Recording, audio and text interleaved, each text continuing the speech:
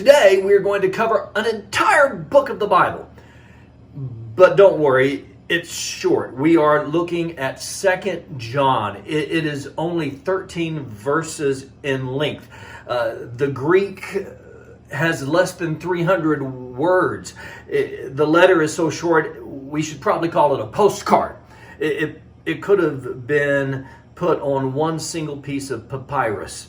But in this short letter, there are some big truths.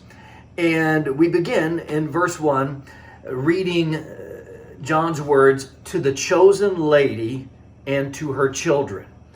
This was a letter written to a specific woman. Some scholars have tried to say, it's a letter written to a church. This is a metaphorical reference to a church, and the children would be the congregation. But I think when you read your Bible, when the plain sense makes the best sense, seek no other sense.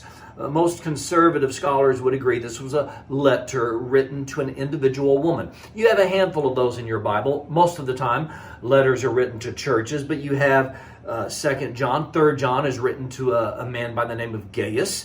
Paul wrote a letter to Philemon, 2 letters to Timothy. And here we have a woman, a special lady. She says she's chosen. And John says in verse 4, "It gives me great joy to find some of your children walking in the truth." Some of her kids were really living for God. They were walking in the truth. And that filled John with joy. The greatest joy any pastor has is when he sees people in the church growing in the Lord and living for the Lord every day.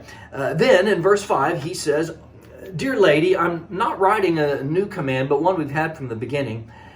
And this is it, that we love one another." John really could be called the apostle of love. He talked about love a lot in 1 John. If you remember the gospel that John wrote, he talked about love. John 13, verse 35, he quoted Jesus saying, "This is how men will know you are my disciples, if you love one another." It's all about love. The way people can tell that you're a believer, that I'm a believer, is when they see that we are loving. And then he gives us a definition of love in verse 6. He says, "This is love, that we walk in obedience to his commands."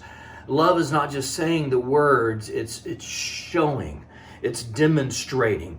Love and obedience go together. We don't just say, "God, I love you." We prove it when we obey his commands. There was a song, I don't know how I know it. I think I was a baby when it was popular. There used to be a song called where the lyrics went like this: "What the world needs now is love, sweet love. It's the only thing that there's just too little of." And I think John would agree, because almost every time he writes a letter or a gospel, he talks about love. Wouldn't you agree what our world needs today is more love? Remember back in the day when people all wore those "What Would Jesus Do" bracelets, WWJD, and it reminded them to do what Jesus would do? We should come up with a new bracelet. WWIL. Who will I love? WWIL. Maybe if we saw it on our wrist, it would remind us, who will I love today? It's easy to love people who love us, but even the unlovable, the stranger on the street, if we showed more love, what a different world this would be. John, the apostle of love, reminds us, love one another. And then he talks about some false teachers. Don't even let them in your house. And he finally concludes in verse 12. He says, I have a lot more I want to tell you, but I don't want to use paper and ink. I hope to visit you and we can talk face to face so that our joy may be complete. So you can write a letter, you can send an email, you can send a text, but face to face is so much better. I know today is Cyber Monday. No longer do we have to go to the stores. We can order whatever we want right here off our phone. And I'm thankful for technology. I'm reading the Bible off of a phone. You're listening to this through technology. But face to face is better. When it comes to discipleship, there's nothing like being face to face. And he concludes by saying, "The children of your sister sends their greetings." So this would be her nieces and nephews. Send greetings. It's all about relationships. So, who will you love today?